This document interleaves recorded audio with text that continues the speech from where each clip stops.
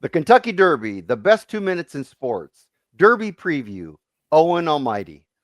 This is my kids' choice in the Derby now. They love Dutch Bros. So any of you on the West Coast that love the drive-through coffee, Dutch Bros. This is owned by the Flying Dutchman, which is him, Travis Borman, a very very rich man, I might add. Um, Seems like a Pat Day mile horse. Like they won enough points to get into the Derby, winning the Tampa Bay Derby fairly easily, running a really really good second in the CMF Davis, but you look at that Toyota Bluegrass and you have no real excuse for this one. He didn't get the lead, he didn't run on, and he got last.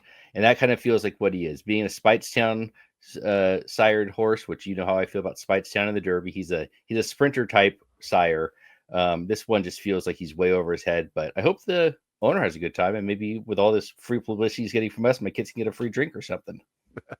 Well, he was in, he was out, he's back in.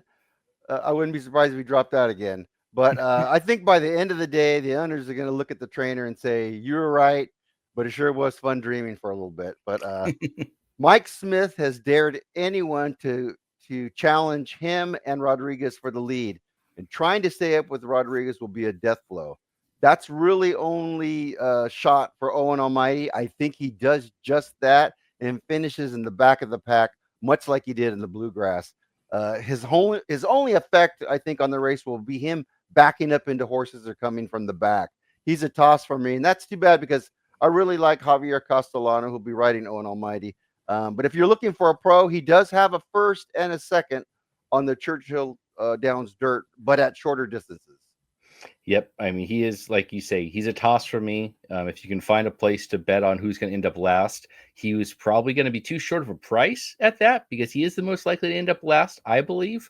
Like you say, I think he is a backup and kind of impact the race that way. If he does get an inside post, especially, there's a world where he's setting 21, 22 second quarters in 46 and a half second half miles, which could just set this race up entirely for somebody else. But I don't see a world where he just gets to the lead and just doesn't stop. So he's a complete toss for me as well. I agree. Owen Almighty.